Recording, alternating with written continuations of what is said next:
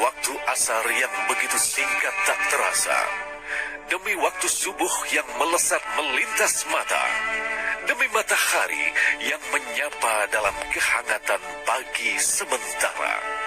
Begitulah hidup di dunia, tak lebih dari musafir yang meneguk secangkir air kehidupan. 3 tahap kehidupan yang tak banyak manusia menyadarinya. Kehidupan alam ruh, kehidupan alam dunia, dan kehidupan alam akhirat. Hanya 3 tahap kehidupan yang sedang dan akan kita lalui.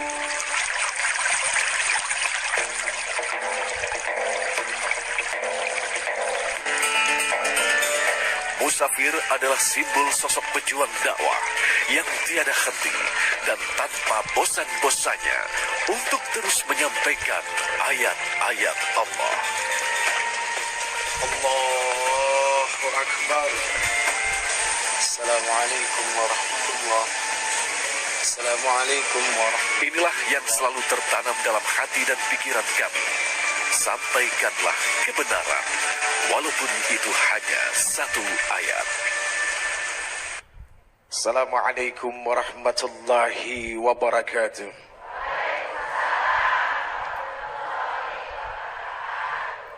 Subhanal malikil quddus, subhanal malikil quddus, subhanal malikil quddus, subhanadzil mulki wal malakut, subhanadzil izzati wal azamati wal haibati wal qudrati was sultan wal kamal wal jamal wal jalal wal kibriyai wal jabarut wala yamutu wala yafutu abada.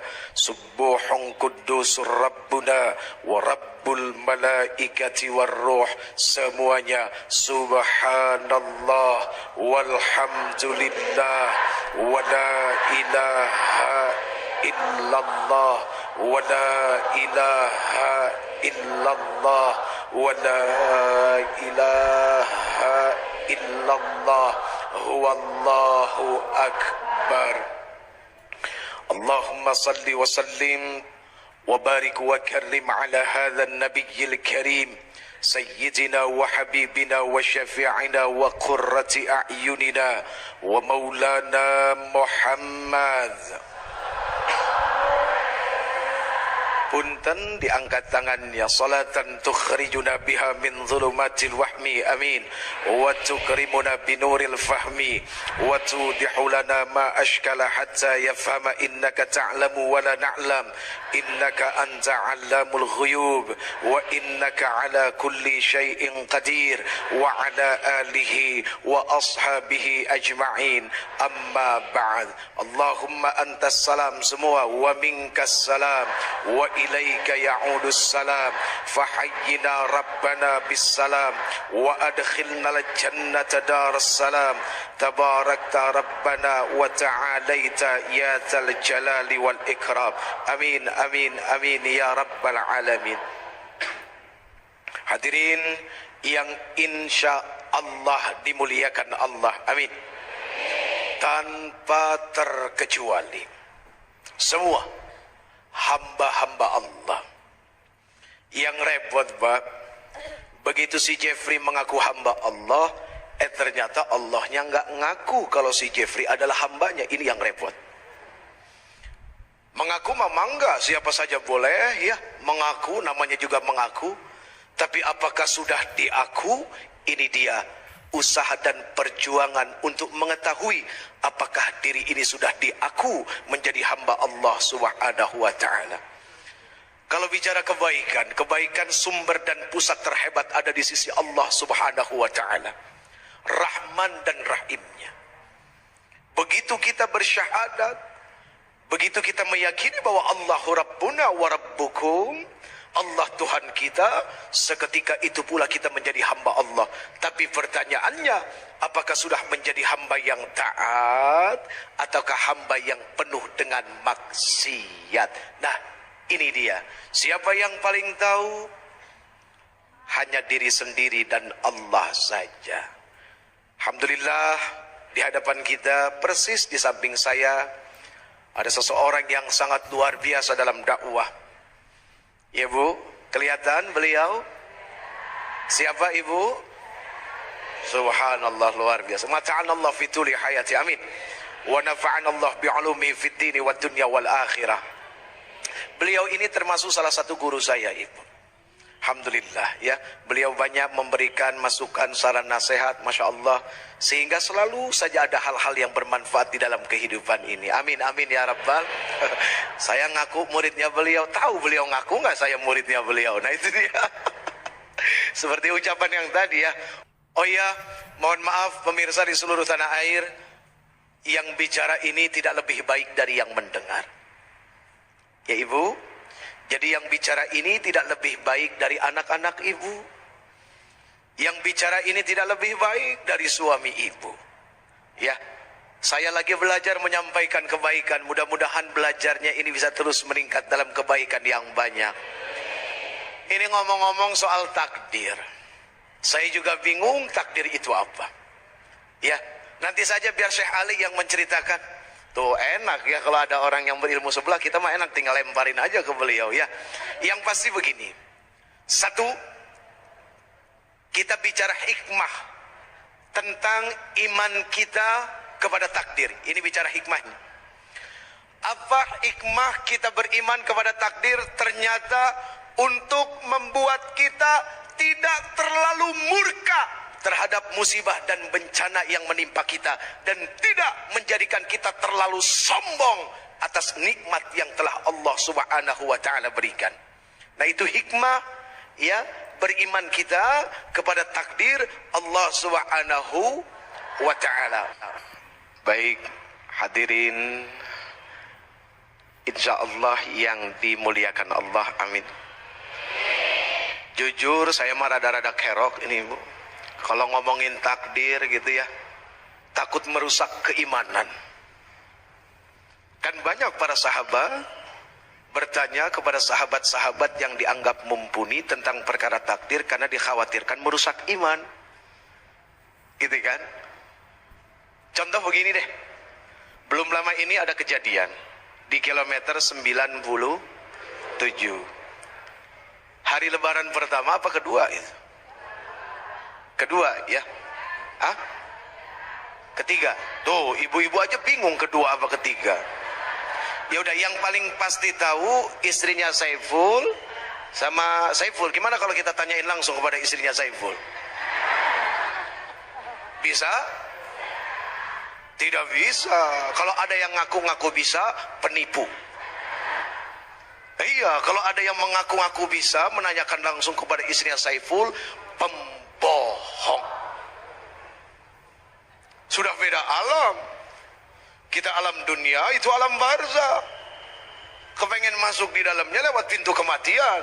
Tapi belum tentu juga sama-sama di alam kubur, meskipun dikubur dalam satu kuburan.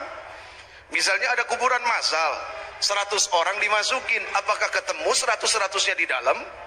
Ngumpul bareng-bareng gitu pada main gaple? Kan tidak. Jadi kalau sudah bicara ke sana, sudah bukan wilayah kita lagi.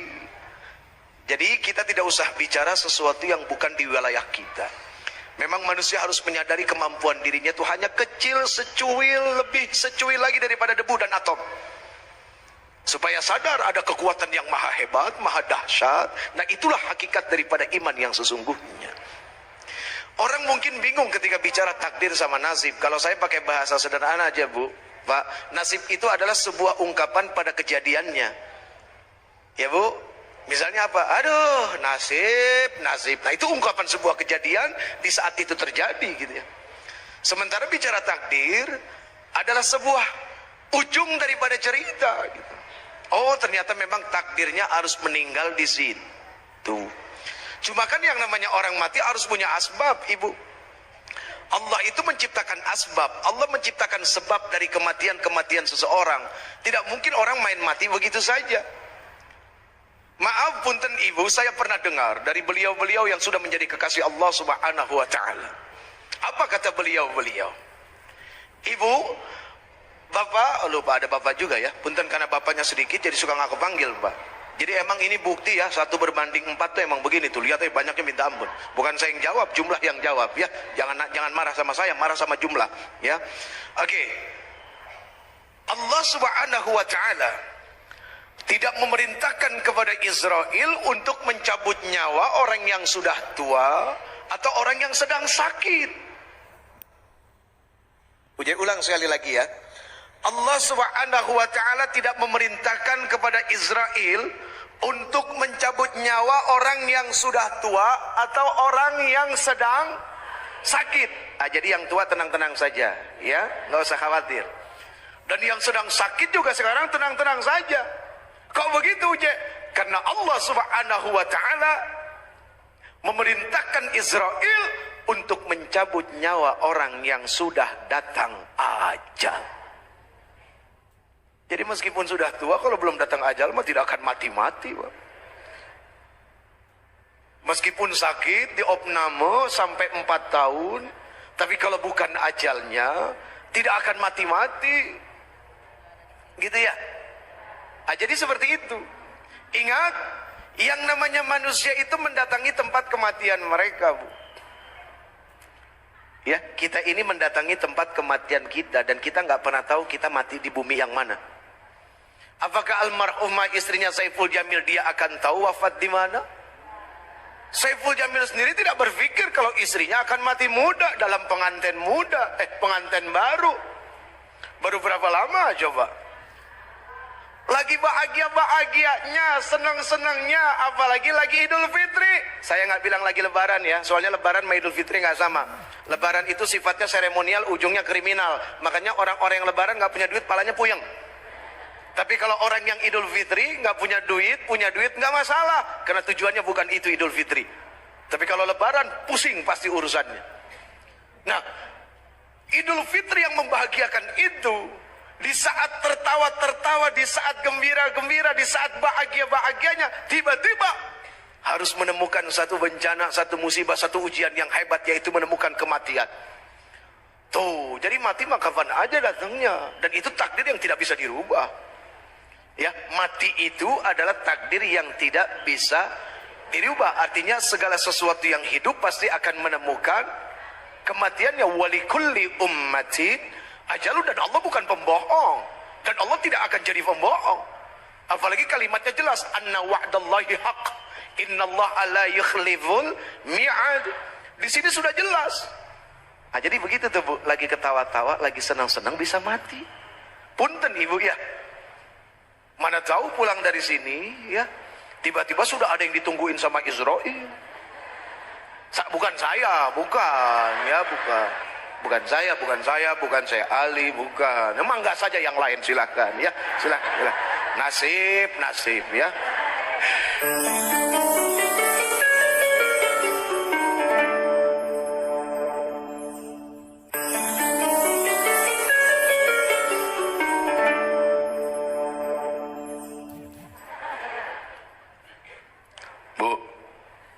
Bu, yang di ujung, takdirnya ada di belakang. Kenapa kok Ibu bisa duduk di sana?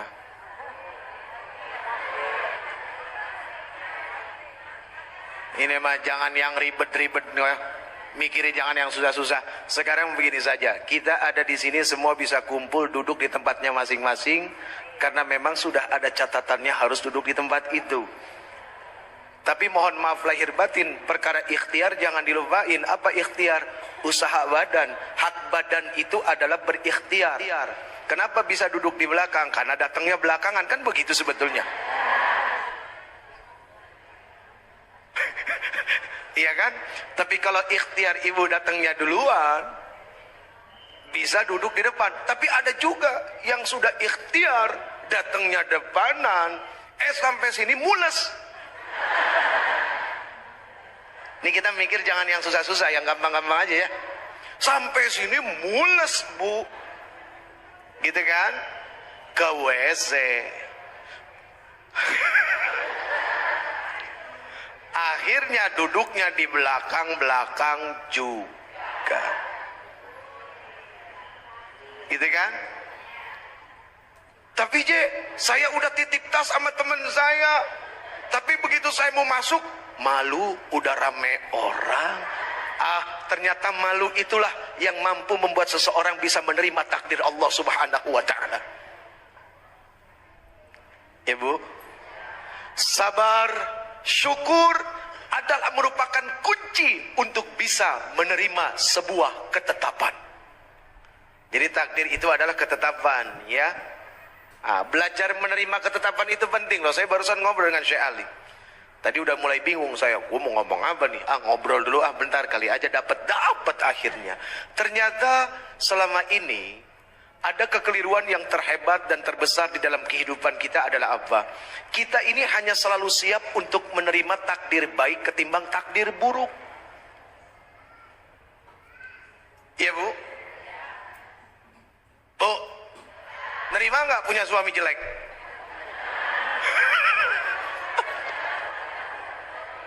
Hah? Takdir. Bapak nerima nggak punya istri gendut?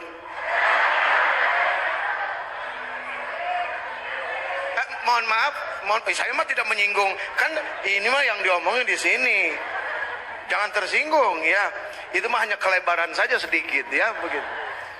Menerima tidak istri tiba-tiba yang dahulunya langsing, punten. Tiba-tiba dari yang langsing sekarang kalau tidak bisa menerima takdir ini, bohong kalau besok nggak nyari lagi.